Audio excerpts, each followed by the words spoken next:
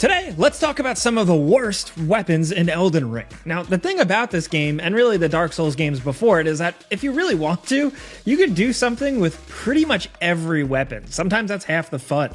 It's rare that you get a piece of equipment that's completely useless. In the right hands, basically anything can be a deadly weapon in these games, and that's especially true in Elden Ring. With the new Ashes of War system, it's a cinch to swap out affinities for weapons and make them stronger or give them better skills, so nearly every weapon in this game can be pretty powerful if you take the time to customize it. So at the end of the day, worst weapon is really just a matter of opinion, and that's what this list is. It's our opinions here. If you disagree, that's okay. That's what this is all about. Let's get started off with number 10. The Flail. Here's a gimmick weapon that is about as bare bones as it gets. It's found really early in the game in a chariot in the Gatefront ruins. This weapon has pretty weak strength and dexterity scaling and pretty low standard damage, and a pretty pathetic skill called Spinning Chain. You just spin the flail around in front of you. The range is not good, and it's not that strong and offers you little protection. It's just, I mean, look at it. It's not that impressive, like, at all.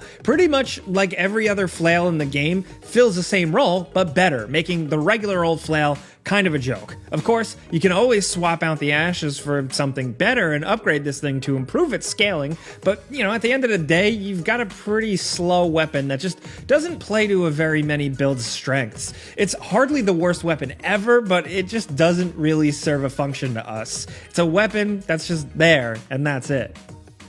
Next, over at number 9, the Short Spear. Now this weapon, which seems to be primarily used by the chumpiest enemies in the game, is another starter weapon that's quickly outclassed by basically everything else. Compared to the standard spear, this weapon just doesn't really measure up in any way. It's shorter, it's weaker, and while the requirements to wield a normal spear are higher than trying to use this thing, it's not going to take you long to hit those requirements. Basically, what makes this weapon so bad is right there in the name. It's a spear that's short. The only reason you'd want a spear is to hit enemies from further away, so having a short spear just kind of totally defeats that purpose. Like the flail, you can of course put on some better ashes and get this weapon a slightly more usable state, but there's little reason to do so when there are so many other spears that fill the same role but are just flat out better than this one.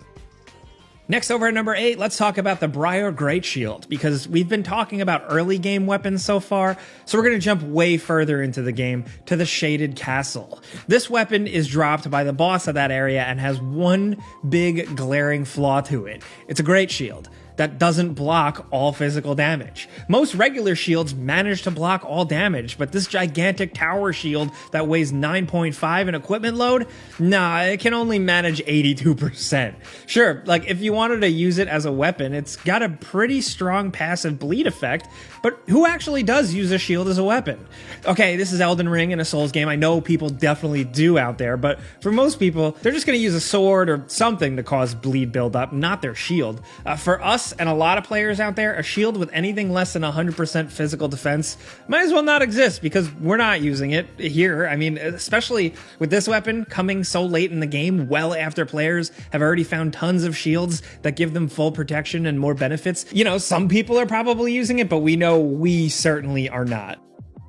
Next, over at number 7, the Torch. Now, like a shield, this is another thing you can use as a weapon if you really want to, but its main purpose lies elsewhere. The only reason most people will want one of these things is to illuminate dark areas, and it is really good for that, at least. As a weapon, though, it's pretty subpar. Yeah, it might be useful for doing some fire damage early in the game, but, you know, a little bit of fire and barely any physical damage isn't going to cut it for long. But let's be honest here. Nobody is using this as their primary weapon. As a way to light up caves, it's great, or at least until you earn a lantern. With a proper lantern, you really have no use for the torch anymore, so it's not a great weapon, and at certain points, it stops being a useful tool. Now, we're glad the torch is in the game because it still is kind of fun to use in specific use cases and examples, but it really serves not a lot of purpose, and for that, we're going to still count it as one of the worst. Now over at number 6, the Serpent Hunter. Now this is a weapon that's just great for one thing. It's fighting one boss, and pretty much bad for everything else. It's got a skill that works great against that boss, but use it anywhere else and nothing happens. You can't even swap out the ashes for anything else, so there's little reason to ever use it outside of the boss fight. Like a lot of Souls games, this is a thing. It's just another cool weapon in that one moment, but in every other instance, it's just a total piece of junk. Next, over at number 5, okay, enough fan complaints. Let's talk about just some early game crap. The Forked Hatchet, which is a weird looking little hand axe used by the dungeon imps, just isn't very good. It's another weapon that trades power for some kind of blood loss buildup effect, but with so many weapons that cause bleeding, there's really no reason to use this over something else that's more effective. Well, unless you want to run around as like an imp, I guess. There's not a whole lot to say about this one that we haven't already said about previous weapons. It's just an early game thing that gets quickly outclassed in pretty much every way and doesn't do much to compensate for that. You know, other than it looking pretty weird, I feel like this one just ends up sitting in everybody's inventory. Now over at number 4, the Staff of the Guilty. This is a weird one. If you're using a staff, most players are going to gravitate towards something that scales with intelligence because staffs are primarily for casting sorceries. Incantations usually use faith and are cast using seals. Sorceries usually use intelligence and are cast using staffs. That's just how it works in this game. But there's one and only one staff that doesn't scale with intelligence at all. The Staff of the Guilty. I guess, for lore reasons, only scales with strength and faith, with nothing towards intelligence. This thing doesn't cast incantations. You can still only use it to cast sorceries, so you still need to have the stat requirements to cast those spells, but it won't boost their power at all. Instead, it'll give you a boost to certain thorn sorceries, and also causes blood loss buildup, something it seems like half the weapons in the game do, and better than this one does. It also boosts specific thorn sorceries, ones that don't have an intelligence requirement, so I guess if you really want to use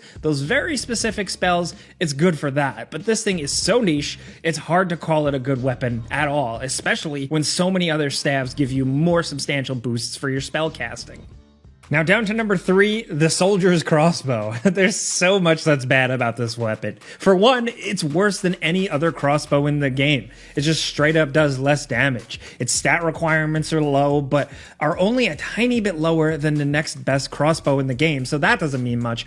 On top of that, it's honestly just kind of hard to get. The only way to grab one of these things is to kill the crossbowmen guarding Stormvale Castle, and the chances that they'll actually drop one is really damn small. There's just much easier to find and straight up better crossbows you can get, even right from the start of the game, making this weapon pretty useless. It's rare, it's weaker than everything else, and there's nothing special about it whatsoever. It's just an all-around, not very good crossbow. If it's the only one you manage to find, then yeah, it's fine, but once you get something better, then there's just no reason to use the Soldier's Crossbow ever again. Throw it in the garbage. Down to number 2, what's worse than a torch? It's a torch on a pole. Yeah, the torch pole. You can't even use this thing like a standard torch. It doesn't let you lift it over your head like a normal torch, so it's basically just a mediocre spear that does a little fire damage. It does look a little cool, but the pathetic damage output and the fact that it really has no utility as a torch sink this weapon to be near the very bottom of this list. We just found ourselves having no use for this thing at all.